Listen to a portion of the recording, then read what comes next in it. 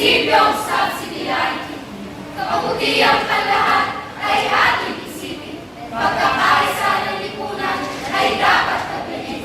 Nang sa gayon, walang pagsisisi sa lipunang pinabibilangan natin. Prinsipyo ang siyang kaakibat sa muling pag-unlad nitong ating bayan. Bayang maayos at may kapayapaan para sa mga mayamayang naghahanap. Huwag mong tanungin ang lipunan kung ano ang magagawa sa iyo. Kundi tanungin mo ang sarili mo kung ano ang magagawa mo.